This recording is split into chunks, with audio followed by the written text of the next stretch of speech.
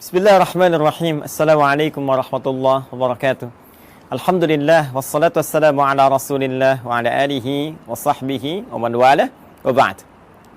Saudara-saudariku dimanapun Anda berada, saya Adi Hidayat izinkan menyapa dan mendoakan kita semua, semoga Allah senantiasa menyayangi, melindungi dan merahmati kita tanpa kecuali. Alhamdulillah, dari sekian kita belajar dan mengamati situasi dinamika yang terjadi dalam konteks kehidupan kita, bahkan dalam skala global, menghadirkan banyak hikmah, banyak pesan-pesan, dan juga pendalaman-pendalaman dan perluasan wawasan keilmuan kita. Di antara itu, ada sebagian kawan juga yang bahkan banyak bertanya, banyak meminta terkait kejadian yang berlangsung di Palestina, yang sering kita uraikan, kita bahas, untuk mendalami kembali genealogi, ya, atau asal keturunan dari umat Yahudi. Edisi kali ini kita akan coba belajar bagaimana Al-Quran, hadis-hadis Nabawi Sallallahu Alaihi Wasallam memberikan informasi yang valid kepada kita tentang keturunan dari umat Yahudi, perilaku-perilakunya, dan juga diksi-diksi Al-Quran yang sangat indah, yang bahkan mengajak seluruh manusia, terkhusus juga dari kalangan umat Yahudi, untuk kembali pada jalur-jalur kebenaran dan menampilkan realitas yang terjadi sepanjang zaman. Seperti apa uraiannya? Ini yang coba kita akan kaji di kesempatan mulia ini, insya Allah. Baik, untuk menemukan jawaban tadi, kita harus menggali dulu secara genealogi, garis keturunan, baik ke atas ataupun ke bawahnya, dari mana kemudian umat ini muncul, seperti apa perjalanannya, bagaimana karakteristiknya, dan seperti apa kita merespon dalam konteks kehidupan global ataupun konteks kehidupan kita, ya, secara individual dalam konteks berinteraksi di sosial kehidupan kita saat ini. Baik, saya akan mulai teman-teman sekalian dari Abul Anbiya dulu ya. Abul Anbiya, bapaknya para nabi. Ya, gelar ini diperoleh oleh Khalilullah yang sangat dekat dengan Allah Subhanahu wa taala, yaitu Nabi Ibrahim alaihi salam, ya. Nabi Ibrahim. Baik, saya tuliskan dulu seperti ini. Ya kan? Nabi Ibrahim alaihissalam. Baik, nanti ini ada jalur keturunan ke atas, teman-teman sekalian. Ya, ada jalur keturunan ke bawah sini. Nah, jalur keturunan ke atasnya kalau kita sambungkan misalnya kan. Nah, ini yang walaupun ada perdebatan kita tuliskan dulu ya, dari Azar, kemudian ke Teruh, kemudian ke Abir, ya, tuliskan begini Abir. Nah, ini Abir ini nanti ada yang mengaitkan juga dengan bahasa Ibrani yang saat Nabi Ibrahim tinggal di Padan Aram, ya, yang sekarang itu wilayah Irak, dulu dikenal dengan Babilonia. Nanti kita turunkan juga, ya. Kemudian bin Azar, bin Taruh, bin Abir, kemudian bin Kinan, bin Arfakhshad. Tuh, ini penting sampai ada alarm tuh di komplek. Arfakhshad. Nah. Bin Azar, bin Taruh, bin Abir, bin Kinan, bin Arfakhshad, bin Sam. Kemudian di sini Sam. Nah. Kemudian bin Nuh alaihissalam. Nuh alaihissalam. Ayo teman-teman sekalian ya. Nah. Jadi ini Nabi Ibrahim alaihissalam, ya, keturunan tentunya nanti akan ketemu dengan Nabi Nuh, dan Nabi Nuh pun akan tersambung kepada Nabi Adam alaihissalam. Tapi kalau kita bahas ke atas terlalu jauh nantinya ya. Jadi kita cukupkan sini dulu. Jadi Ibrahim alaihissalam, bin Azar, bin Taruh, bin Abir, bin Kinan, bin Arfakhshad, bin Sam, bin Nuh alaihissalam. Ya. Dan Nabi Nuh alaihissalam ini nanti akan melahirkan generasi yang terus nanti berkembang, ya, menebar keturunannya, generasinya di muka bumi yang sekarang kita menjadi bagian dari keturunannya. Ya, terutama dari 3 keturunan beliau. Ya, ini Nabi Nuh alaihissalam kan dalam sejarah disebutkan setidaknya ada 4 kan ya. 4 dari anak keturunan, 1 Kan'an, ya. Nah, ini yang kemudian tenggelam dalam banjir besar karena beliau tidak mengikuti arahan ayahandanya, ya. Kemudian juga nanti ada Sam. Nah, ini yang ke sini keturunan Nabi Ibrahim alaihissalam, nanti dari sini ya, tarik jalur ke atas. Dari Sam, kemudian ada Ham, kemudian ada yang keempat Yafith, ya, Yafith. Nah, ini teman-teman sekalian 3 ini nanti yang akan berkelanjutan mengikuti Nabi Nuh alaihissalam yang naik ke kapal besar itu, ya, kemudian melewati berbagai rintangan saat terjadi banjir besar, dan kemudian mendarat dan melahirkan keturunan dari sini sampai ke populasi manusia hingga saat ini. Ya, dari Sam ini nanti melahirkan diantaranya bangsa Arab, ya. Kalau mau kita rinci lagi, teman-teman sekalian, misalnya di sini nanti ada Asyur, ya, seperti ini. Yang nanti ada Assyria, ya, ada Babil. Nah, yang Babilonia nanti yang Fadan Arab. Kemudian nanti ada Aram, ya, ada Finit, ya, nanti satu garis nanti ke Ham, ini melahirkan Afrika. Kemudian juga nanti ada Kanaan, Kanaan, ini Palestina, ya, dan sekarang Palestina atau Filistin. Nah, ini yang Babilonia, yang Irak, ini yang Aram, ya, Aramai ke wilayah Syria yang ke sebelah sana. Ini Asyur, Assyria, Finit nanti ke sebagian, nanti ketemunya dengan jalur Ham nih, yang di Afrika. Kemudian ada Kaldan.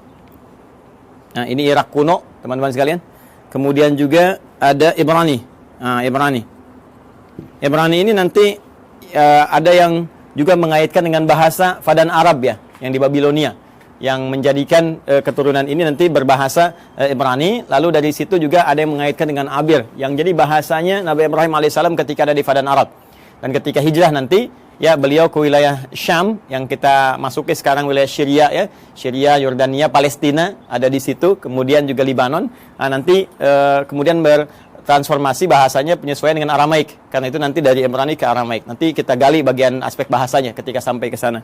Kemudian di sini juga ada Masri, ya, yang nanti melahirkan turunan Mesir karena perpaduan dari sini, ya.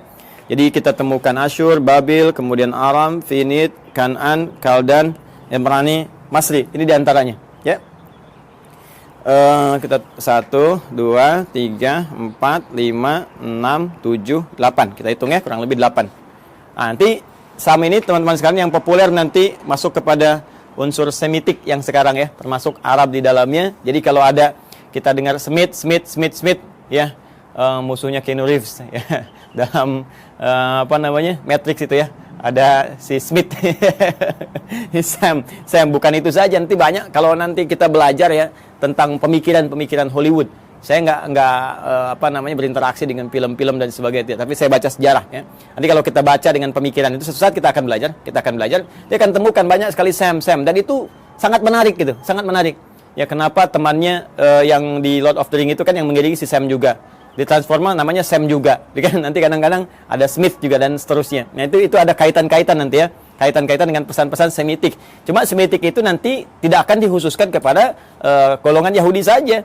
Ya, Arab juga Semit. Ya, nanti ini turunan Semitik nih. Ngambung ke sana. Kanaan, Palestina juga Semit. Jadi kalau Anda anti Semit, ya anti Palestina juga. Jadi kalau misalnya Anda bully orang Palestina, atau bahkan Anda, mohon maaf sekali, ya, kemudian bombardir, atau bahkan kemudian Anda zalimi, aniaya, kriminalisasi, itu antisemit juga, ya. Termasuk ke orang Arab itu antisemit juga, ya. Jadi Semitik ini galinya ke sini nanti, ya. Ini nanti Ham lebih kepada ras Afrika, ya, dan turunannya nanti, ya, termasuk nanti ke Finit ini nyambung ke sini, dan ini Yafitik nanti melahirkan bangsa Eropa, dan nanti kita akan lihat turunan-turunan yang selanjutnya. Ini garis besar dulu, ya, teman-teman sekalian, untuk menunjukkan bagaimana dari garis genealogi Nabi Ibrahim ke atas, ya, alaihissalam, sampai nanti ke Adam alaihissalam. Saya izin ambil penghapus dulu, saya hapus dulu ini, ya, kemudian kita turunkan ke bawah. Jadi saya cukupkan sampai Nabi Nuh, Nabi Ibrahim ini nanti kita turunkan generasi ke bawah. Baik, bismillah. Kita akan coba turunkan sekarang jalur ke bawahnya. Kita hapus dulu ini supaya kita mengenal lebih jauh dan kita temukan nanti genealogi kapan Yahudi itu ketemu. Ya, kapan Yahudi itu ketemu, ya, diksinya. Karena nanti redaksi Al-Quran tegas menyampaikan makana Ibrahimu Yahudiyya wala Nasraniyya walakin kana hanifan muslimah.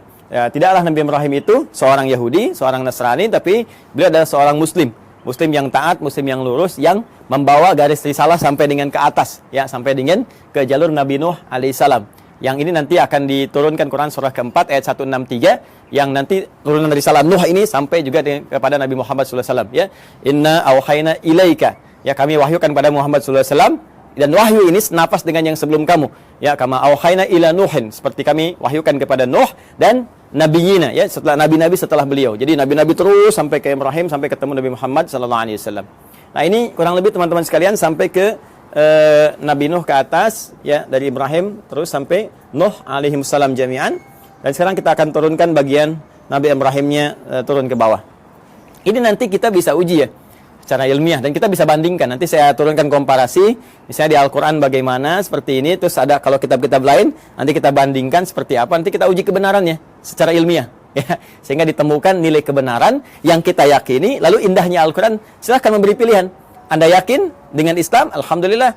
Ya, kalaupun Anda tidak dipaksa. Itu pilihan masing-masing. Dan setiap orang bertanggung jawab ketika kembali kepada Tuhannya, kepada Allah Subhanahu wa taala. Objektif kan? Sangat adil kan? Ya, jadi menawarkan, ini dahsyatnya Al-Quran itu begini. Anda diperkenankan menguji dulu Al-Quran. Ya, sebelum Anda bahkan membacanya, sebelum Anda bahkan ingin mengkajinya. Al-Quran menawarkan diuji, silahkan. Jika Anda ragu, uji. Ya, wa in kuntum fi raibin mimma nazzalna ala abdina fa'tu bi suratin min mithlihi. Al-Baqarah ayat 23. Ya, kata Allah, kalau Anda ragu terhadap wahyu yang kami turunkan kepada hamba terbaik kami Muhammad SAW, silahkan Anda uji, datangkan semisalnya. Ya, coba cari, ada nggak karya manusia yang mirip ya seperti firman Allah ini? Perhatikan bahasa saya. Ada nggak karya manusia yang mirip dengan firman Allah ini? Kalau Anda ragu, uji. Dari sisi kebahasaan, silahkan uji. Ya, bagaimana dahsyatnya ini? Untuk membedakan. Ini kan banyak orang Arab di masa Nabi yang fasih-fasih luar biasa. Ya, dan mereka nggak ada yang mampu dan mengakui ini bukan karya manusia. Kalau tiba kemudian ada orang sekarang yang nggak lebih fasih daripada orang dulu, nggak lebih pintar bahasa zaman dulu, mengatakan misalnya Al-Quran itu karya manusia, maka ini nampaknya kurang minum susu. Pengetahuannya kurang luas. Ya, orang yang paling pakar aja, penutur aslinya mengatakan ini bukan dan tak mampu mendatangkan semisalnya, maka turunan ini yang lebih lemah ke bawahnya, ya, apalagi zaman sekarang, itu mustahil bisa menjual Al-Quran. Tapi Al-Quran tetap membuka. Silahkan. Dari segi isinya, silahkan Anda kaji. Ya, dari aspek manapun silahkan. Setelah Anda menemukan bahwa ini mustahil nih, ya, kata-kata manusia, karya manusia, dan Anda meyakini, oh ini bahasa lain, walaupun ini jalan menuju firman Allah. Ya, bagi kami orang Islam sudah yakin, la raiba fi. Karena itu di pembuka Quran jelas dikatakan, dzalikal kitabu la raiba fi. Semua isi Al-Quran ini nggak ada keraguan, mesti kita yakin. Nah, Anda yang belum yakin silahkan kaji. Nggak ada kitab di muka bumi yang menawarkan sebelum berinteraksi dengannya untuk diuji dulu. Setelah itu pun, silahkan gali, silahkan kaji. Afala yatadabbaruna al-Quran? Kenapa Anda nggak kaji? Kenapa nggak dalami? Kenapa Anda tiba-tiba menyoal yang Anda tidak tahu? Ini kan menarik. Ya, ada yang nuduh, ini Quran rekayasa, ini Quran produk budaya. Baca Quran aja enggak? Dikaji juga enggak? Ini sisi ilmiahnya di mana? Ya, kita kan menyimpulkan sesuatu setelah kita lihat dulu, analisis dulu, baru kita simpulkan. Ini ngaji enggak, baca enggak, menganalisis tidak, atau cuman lihat, cuman baca, tapi nggak paham artinya, lalu menyimpulkan. Ini kan menarik gitu ya. Maka silahkan teman-teman sekalian. Nah, nanti dari sini Quran menawarkan, Quran memperbandingkan, ada komparasi, dan Quran juga mengatakan silahkan cek, silahkan uji, silahkan bandingkan. Kalau Anda yakin dengan kebenaran, dahsyatnya, walaupun apa yang ditampilkan Al-Quran benar, tetap memberikan peluang kepada Anda untuk memilih secara objektif dan tidak memaksa. La ikraha fid din, gak ada paksaan ya untuk masuk ke dalam Islam. Lakum dinukum waliyadin, bagi Anda yang Anda yakini, bagi kami yang kami yakini. Tapi semua punya konsekuensi ketika kembali pada Allah Subhanahu wa taala. Baik. Sekarang kita kembalikan ke Nabi Ibrahim alaihissalam. Teman-teman sekalian, mari kita bagi genealogi turunan ke bawahnya ya Nabi Ibrahim. Nah, ini spidol sudah mulai akan habis, dengan turunan ke atas saja ada. Saya ganti dengan yang baru. Kita ke bawah dulu ya. Nah, seperti ini saya turunkan satu. Kemudian di sini saya turunkan dua karena keterbatasan papan tulis.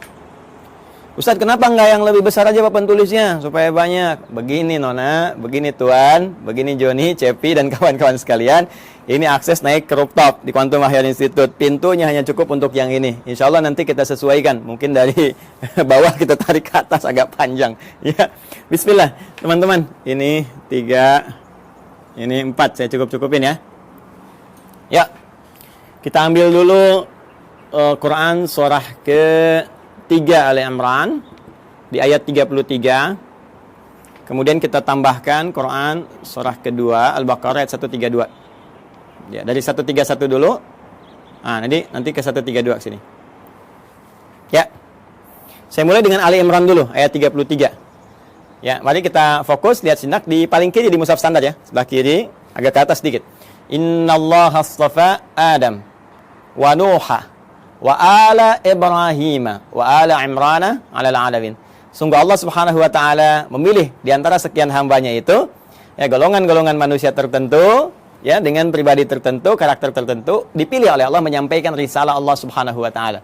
Ya, di antara mereka adalah ya, manusia pertama Adam alaihissalam sebagai penata pondasi awal kehidupan manusia di muka bumi. Innallaha astafa Adam wa Nuha. Ah, ini kemudian rasul pertama. Kalau Adam tadi nabi pertama, kemudian Nuh alaihissalam rasul pertama. Yang ini saya turunkan ini, ya. Bin Nuh Matusyail bin ini dari Sam ke Nuh bin Matusyalah bin Kinan bin Anwas bin Tis bin Adam alaihissalam. Jadi dari Adam sampai ke Nabi Nuh alaihissalam. Wa Nuha wa ala Ibrahim. Kemudian keluarga Ibrahim. Nah, ketika menyebutkan Ibrahim disebutnya ala Ibrahim. Al Ibrahim, keluarga besar Ibrahim. Ya. Jadi kalau al ini teman-teman sekalian, ini menunjuk pada keturunan ke bawah ya. Terus tanpa batas nih. Ya, keturunan terus tanpa batas sampai dia berakhir. Ya.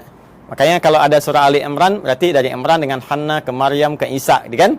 Nah, keturunan Ibrahim ini siapa saja? Nah, ini yang kita bahas wa ala Ibrahim ya wa ala Imrana 'alal 'alamin, dan juga keluarga besar Imran dari semesta alam kami pilih untuk misi dan risalah tertentu.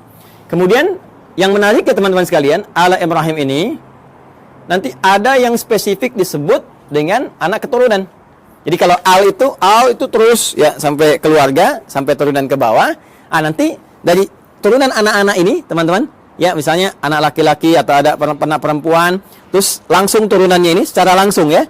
Secara langsung generasi pertamanya ini, nah, sampai dengan ke bawahnya nanti itu bisa disebut secara genealoginya. Kalau ini kekeluargaannya, kalau ini genealogi turunan ke bawahnya itu disebut dengan bani namanya.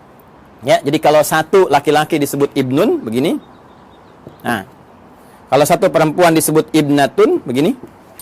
Karena ini hamzah wasol kadang dibuang. Harakat jadi pindah ke sini. Kalau harakat dipindah, kemudian ujungnya wakaf mati jadi bin istilahnya. Anak laki-laki. Ini dibuang, jadi bin, ini mati jadi bintun, binti, anak perempuan.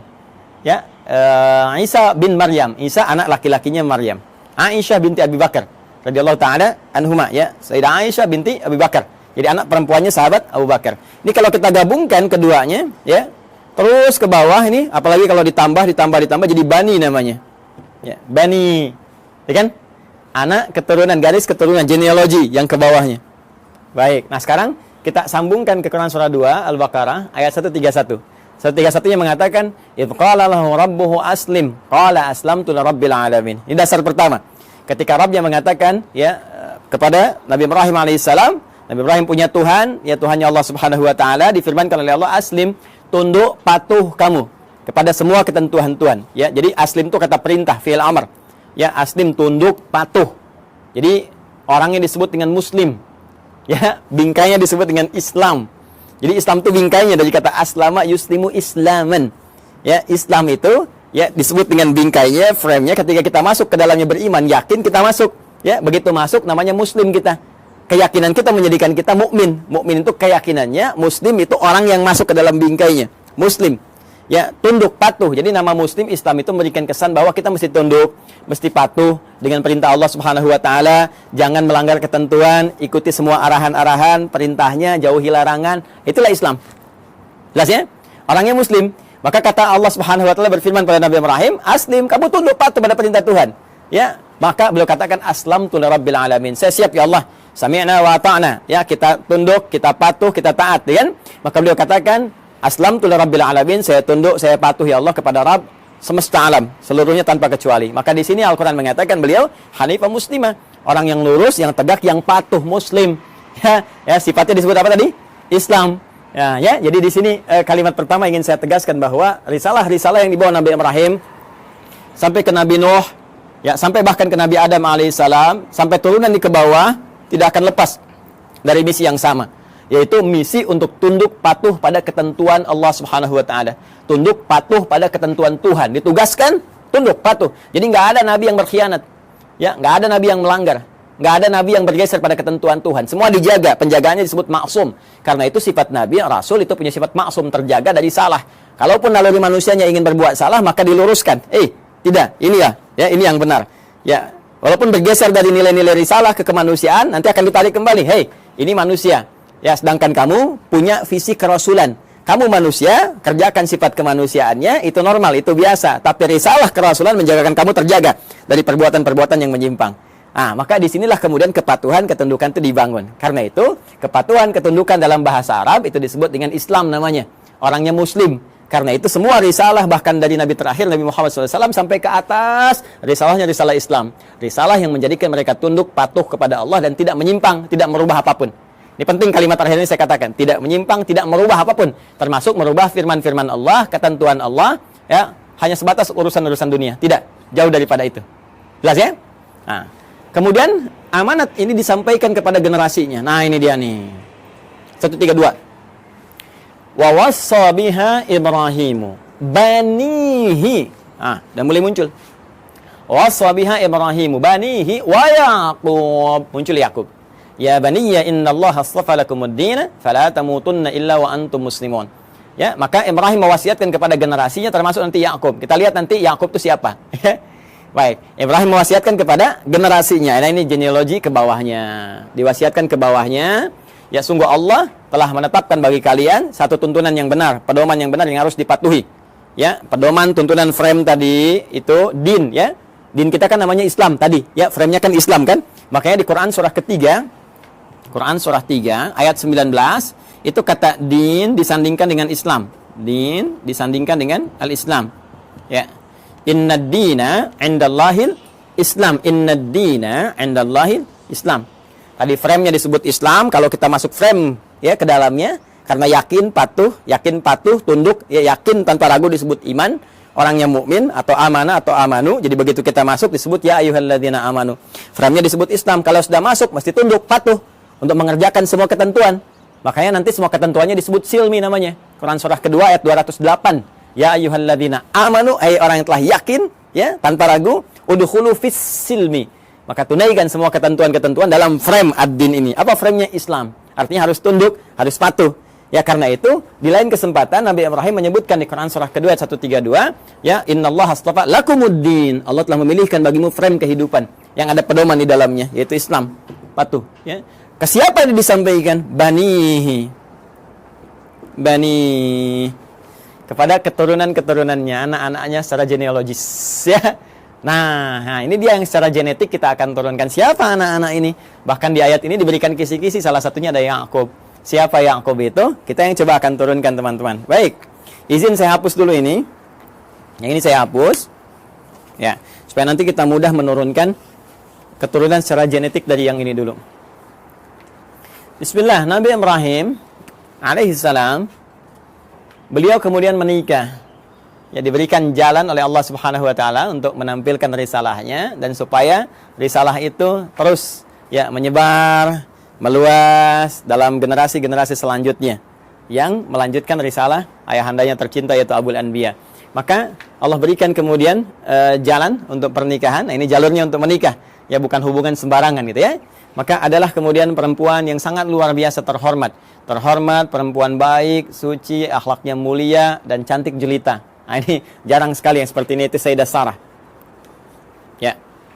Masih di Padan Arab nanti ya, di Babilonia nanti bertemu jodohnya dengan beliau.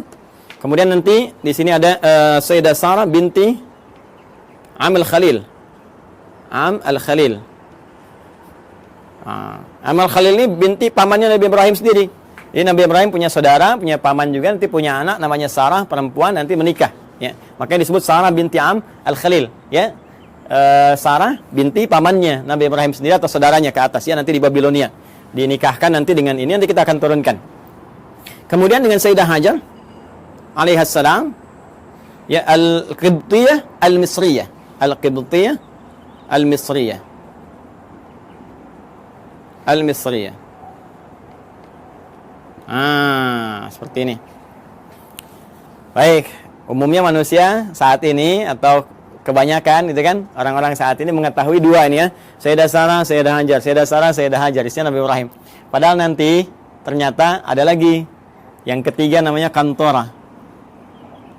Kantora bin Yaqtan, binti Yaqtan. Kantora binti Yaqtan. Ini dia. Ada Kantora binti Yaqtan. Ketiga dikenal juga dengan Kantura ya, Kantura, bukan Pantura, ingat ya, Kantura. Kantorah ya. Dan yang ini yang keempat di sini Hajun. Sayyidah Hajun binti Al-Amin. Masya Allah. 1, 2, 3, 4. Sayyidah Sarah binti Amil Khalil, Sayyidah Hajar Al-Qibtiyah Al-Misriyah, kemudian Sayyidah Qantara binti Yaqtan, kemudian Sayyidah Hajun binti Al-Amin. Inilah 4 ya. 4 istri Nabi Ibrahim alaihissalam, dan dari sini kita akan turunkan dari keturunannya Sayyidah Sarah, kemudian melahirkan Nabi Ishaq alaihissalam. Ini dia. Sayyidah Hajar nanti melahirkan Nabi Ismail alaihissalam. Nanti teman-teman penting saya sampaikan. Jadi ini Nabi Ismail alaihissalam lahir duluan. Ya, lahir duluan. Saat usia Nabi Ismail itu 14 tahun. Usia Nabi Ibrahim kisaran 120 tahun. Dan usia Sayyidah Sarah itu 90 tahun. Maka lahirlah Ishak. Nah, ini kisahnya sangat menarik nih ya. Jadi Ishak itu di dalam bahasa Arab itu bisa seakar dengan kata dhahak. Ya, dhahak. Artinya tertawa bahagia.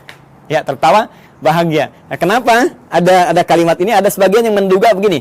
Ada kaitan dengan Quran surah ke-11 ayat 71. Ya.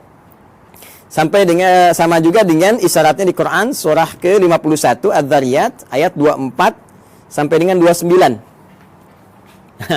Di Quran surah 11 Hud ayat 71 itu jadi kisahnya begini. Kisahnya bahkan sampai viral ya. Itu kisahnya ketika datang malaikat ya, beberapa rombongan malaikat ingin menuju kaumnya Nabi Lut. Dikisahkan di sini nih. Quran surah 51 buka ayat 24-nya. Di sebelah kanan agak ke bawah.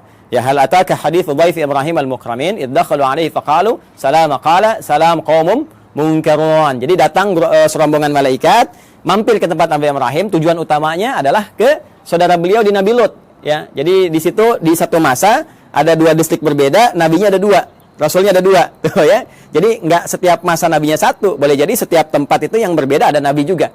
Nah, ini keponakannya Nabi Lut, keponakan Nabi Ibrahim. Kemudian apa yang terjadi? Ketika akan datang yang menghukum umatnya Nabi Lut yang memang minta diadab, ini keterlaluannya, minta diadab ya, maka malaikat mampir dulu ke tempatnya Nabi Ibrahim. Ketika itulah mengabarkan bahwa Sayyidah Sarah ini yang sudah usia 90 tahun itu akan punya keturunan. Akan punya anak, akan mengandung. Maka di sini kemudian beliau disebutkan sambil menepuk wajahnya, fasaqat wajhaha wa qalat ajuzun aqim. Beliau mengatakan, apa yang seperti ini masih mungkin bisa punya keturunan? Itu sambil berdiri. Berdiri itu bahasa Arabnya qaimun, qaim. Kalau perempuan tambah tak di ujungnya, qaimatun. Ya, jadi sambil berdiri menepuk begini sambil tertawa. Ya. Ini Yang seperti ini apa masih mungkin punya keturunan? Jadi ketawa gembira, tertawa tapi nepuk-nepuk, ya, seakan takjub dengan keadaannya. Maka di Quran surah ke-11 ayat 71 disebutkan, wa imra'atuhu qa'imatun fadhahikat fabasyarnaha bi Ishaq. Ya. Masya Allah. Wa imra'atuhu, sedangkan istrinya Nabi Ibrahim alaihissalam yaitu Sayyidah Sarah qa'imatun, langsung berdiri mendengar kabar itu. Ya, ketika malaikat mengatakan di surah ke-51 ini, ya, kemudian mengatakan fabasyyaruhu bi ghulamin alim, dia akan dapat anugerah seorang anak yang sangat cerdas, gulamun alim. Kalau Ismail gulamun halim, kalau ini gulamun alim. Ya, halim itu cerdas dan perasa. Ya, tapi gulamun alim cerdas. Jadi anak kamu akan lahir darimu anak yang sangat cerdas, gitu kan? Anak jenius, cerdas, maka langsung bangkit menepuk, tertawa gembira. Apa mungkin yang masih begini masih punya keturunan?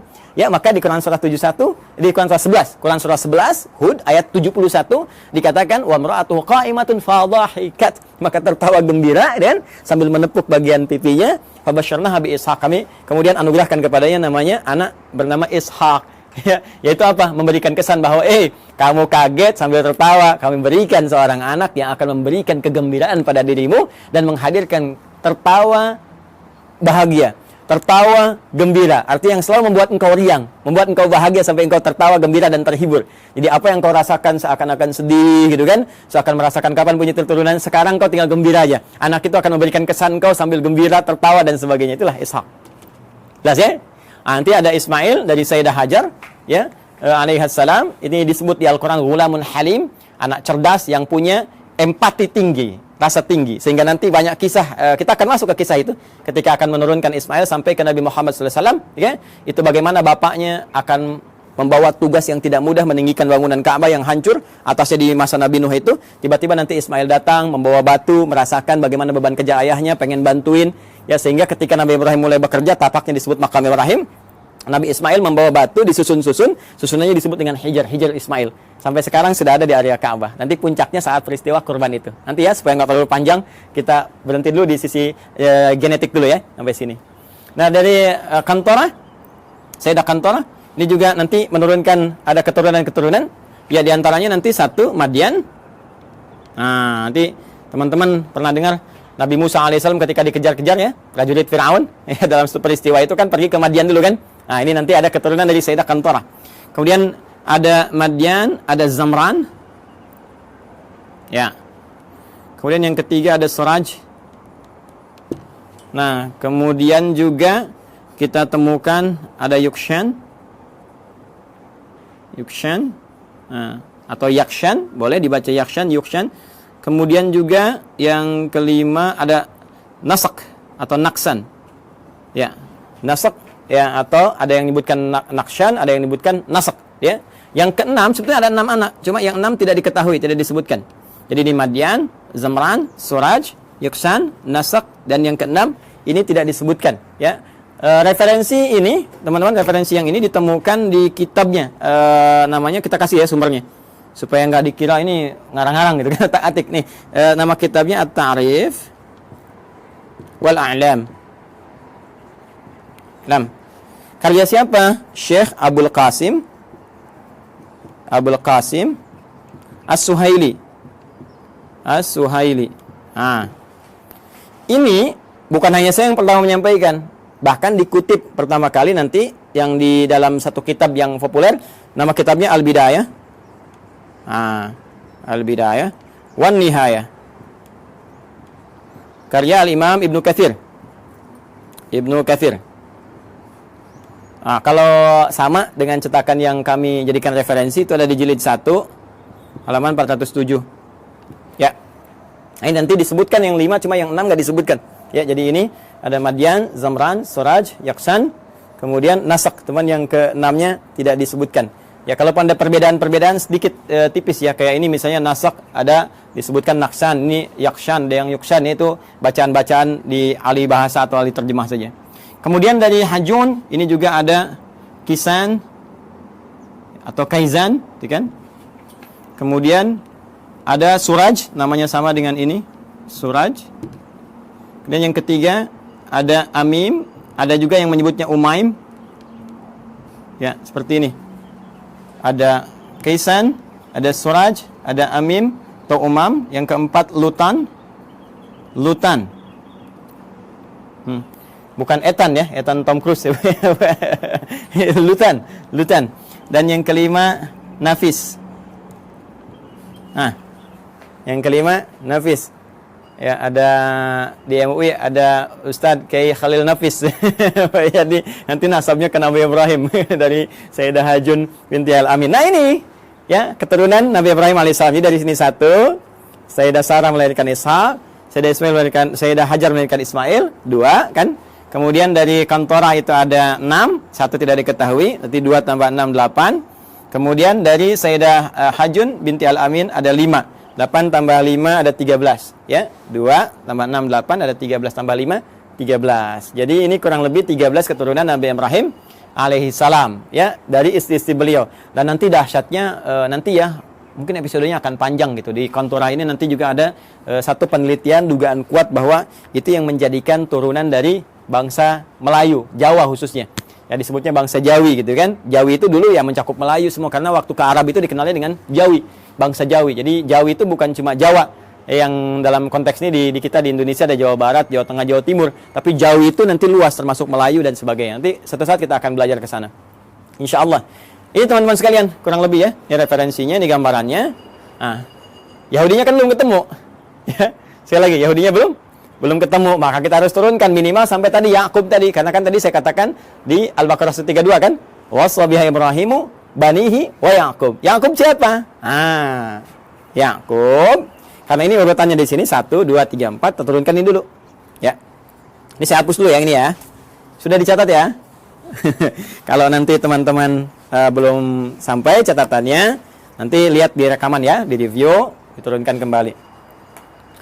Nabi Ishak alaihissalam kemudian menikah, tumbuh dewasa tentunya, menikah dengan seorang perempuan mulia, jelita, ya, akhlak bagus dan sebagainya, namanya Rafkah. Rafkah binti Batuil. Ini dia. Rafkah binti Batuil. Gini ya, teman-teman sekalian. Dari pernikahan ini, ya, Nabi Ishaq alaihissalam menikah dengan Sayyidah Rafkah binti Batuil, melahirkan 2 anak kembar. Nah, ini yang gak banyak orang tahu. Ya, siapa 2 anak kembar ini? Yang pertama adalah Aish atau Ishu, gitu kan? Ya, atau Aishu begini tulisannya. Ain, ya, sad. Ya. Ya, ini satu. Yang kedua Yakub. Yakub. Ini kembar ini. Tahunya kan Nabi Ishaq, Nabi Yakub, gitu kan? Ternyata ini kakak adik. Ini kakaknya Ish atau Ishu, ini adiknya Yakub. Gitu, ya. Cuma nanti setelah berkembang remaja, saya percepat saja. Yang Ish ini, Ishu ini, nah, akan ditugaskan nanti berkelana gitu kan, merantau ke wilayah Romawi, Roma ya. Rum, istilahnya Rum. Jadi ini nanti disebutkan keturunan-keturunan dari Rum ya, yang nanti mengacu kepada yang Yafis itu ya. Yang Yafis generasinya itu asal generasi awal, cuma nanti yang ini yang memajukan, yang memberikan istilahnya arahan-arahan, gitu kan, mensibgah dan sebagainya. Ini nanti Aish atau Aishu. Ya, jadi sudah ada Romawinya. Sudah ada Romnya, cuma ini nanti ke sini dan beraktivitas banyak di sini. Ya, dan ini nanti akan nyambung kepada generasinya Yafith yang dari Nuh alaihissalam tuh ya, yang Yafitik itu. Ini saya berhenti dulu sampai sini. Saya akan teruskan ke sini. Nabi Yakub kemudian diminta ya oleh ayahandanya Ishak alaihissalam untuk pergi ke Padan Arab. Padan Arab, tempat dulu Nabi Ibrahim kan beraktivitas dan seterusnya. Di Padan Arab ini, nah ini sudah kelihatan gitu ya, ada isyarat-isyarat bahwa ini kalau sudah jalurnya ke sana, ini ada jalur-jalur risalah, jalur kenabian dan sebagainya. Maka dimintakan untuk bertemu dengan abangnya Rifkah ini. Ya, abangnya Rifkah. Beliau punya abang, ya berarti pamannya ke sini ya, pamannya atau Pak D-nya gitu kan. Nah, punya abang namanya Laban. Laban. Ya, di sini punya abang namanya Laban. Ada juga yang menyebut dengan Laman namanya. Laban atau Laban. Laban. Bukan Gaban, ya. Laban. Laban atau Laman. Nah, Laban secara singkat ini punya 2 orang anak. Ya.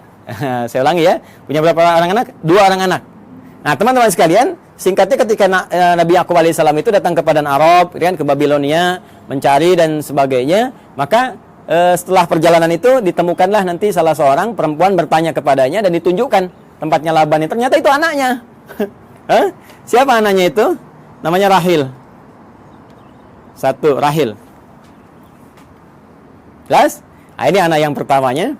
Nah, kemudian teman-teman sekalian setelah tinggal di sini ditemukan juga kakaknya Rahil. Jadi yang pertama bertemu dengan Rahil dulu, ini adiknya, adik. Nah, kemudian yang kedua bertemu dengan kakaknya Rahil, dipertemukan dengan kakaknya Rahil, ya. Siapa namanya? Nah, kakaknya Rahil ini namanya Laya, kan? Laya atau juga ada yang menyebut dengan Lea. Ini kan? Laya atau Lea. Nah, secara singkat ternyata beliau ini ditugaskan untuk menyampaikan pesan kepada Laban supaya ini bisa besanan. Nabi Ishak bisa besanan dengan Laban. Maka dimintalah untuk menikah, memilih salah satunya. Ya, memilih salah satunya, walaupun ada riwayat menyebutkan Nabi Nabi Yakub ini nanti ditawarkan untuk menikahi dengan Laya dulu, kakaknya dulu. Ya, jadi ini kakak didahulukan. Nah, kemudian beliau kan seorang yang sangat perasa ya. Yakub itu punya keunggulan yang luar biasa. Ya, beliau seorang yang sangat dekat ya dengan Allah, rajin ibadah. Kemudian lebih daripada itu juga sangat merasakan tidak ingin menyinggung orang, ya, curhatnya diserahkan kepada Allah sehingga orang-orang banyak nggak tersakiti. Jadi ini yang menjadikan beliau daripada nanti satu menikah, yang lain merasakan nggak nyaman, maka mengajukan dua-duanya aja dinikahin. Ya kan? Nah, ini belum turun syariat yang di era Nabi Muhammad SAW, turunnya Quran surah keempat An-Nisa ayat 23, larangan menikahi kakak adik. Ya, wa antajma'u bainal ukhtaini illa ma qad salaf. Paling kanan sebelah bawah. di mushaf standar ya. Wa antajma'u bainal ukhtaini illa ma qad salaf. Dilarang bagi kalian untuk menikahi kakak adik ya secara langsung kecuali yang dulu pernah terjadi. Ya, karena keadaan sekarang beda. Dulu orang bisa mengendalikan, bisa tahu, bisa paham dan untuk menjaga keturunan yang sangat terbatas keadaannya pada waktu itu. Sekarang sudah banyak menyebar.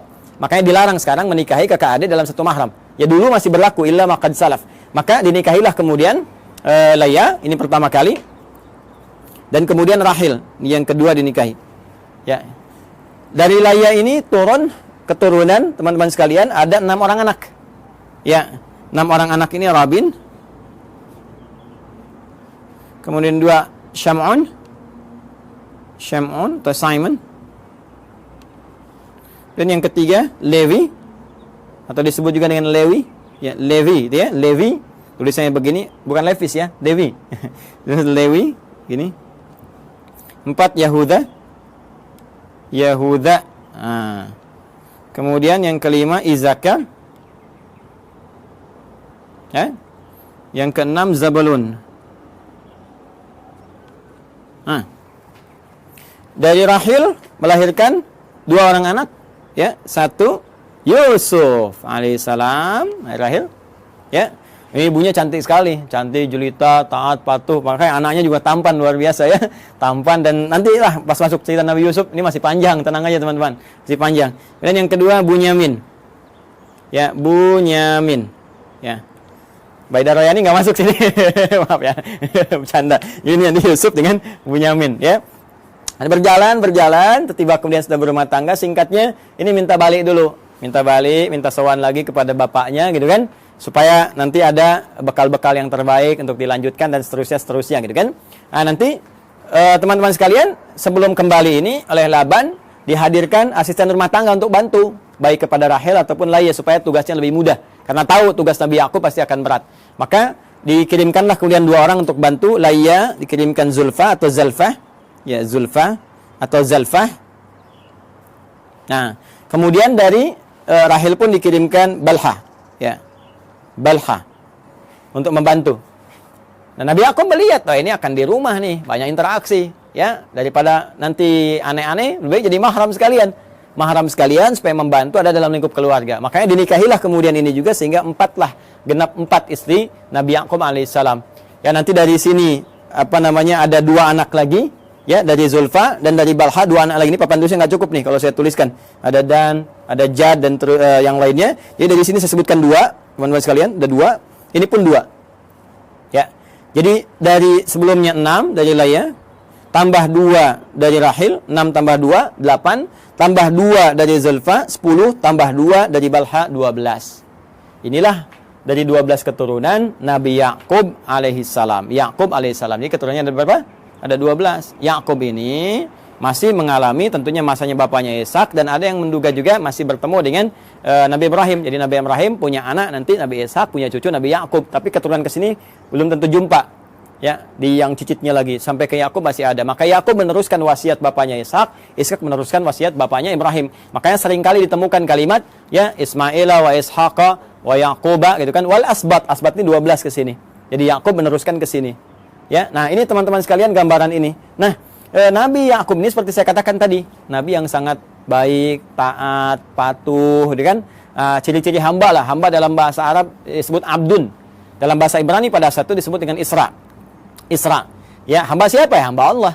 Jadi kan puncak pujian Allah kepada ya ciptaannya, makhluknya, manusia itu sifatnya bukan disebut nabi rasul. Nabi rasul itu menunjuk pada tugas dan berita besar yang dibawa. Puncak pujiannya justru terletak pada kalimat hamba, abdun. Makanya Rasulullah SAW ketika diisrakan itu disebutnya dengan kata abdun, subhanalladzi asra bi abdihi, kan? Maka ini pun dipuji dengan sifat penghambanya itu Isra, hamba Allah yang taat. Allah dalam bahasa Ibrani pada saat itu disebut dengan il. Ya, maka disebut dengan Israel. Asalnya kata Israel ini menunjuk kepada Yakub alaihissalam. Mana Nabi Yakub nih ya? Di sini. Nih. Asalnya menunjuk kepada Nabi Yakub alaihissalam yaitu Israel. Ya, il ini sudah kita temukan juga di Jibril, Mikail, Israfil, Israel, ya, malaikatnya Allah Subhanahu wa taala.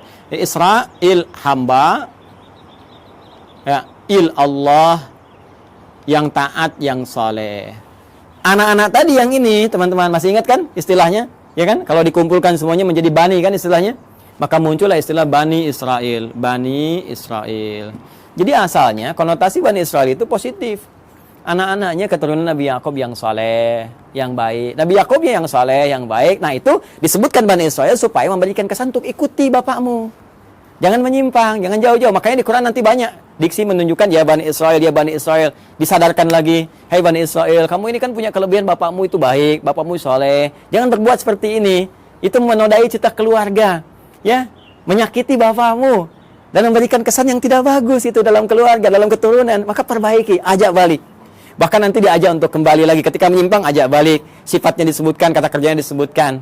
Nah, apa sifatnya itu? Apa kata kerjanya? Dan dari mana kemudian muncul generasi Yahudi? Ya kan?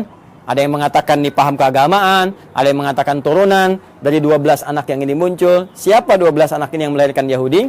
Apakah itu paham benarkah paham keagamaan atau keyakinan? Atau doktrin tertentu? Ya, sampai kagetnya sampai tukang-tukang juga lewat ngasih intro.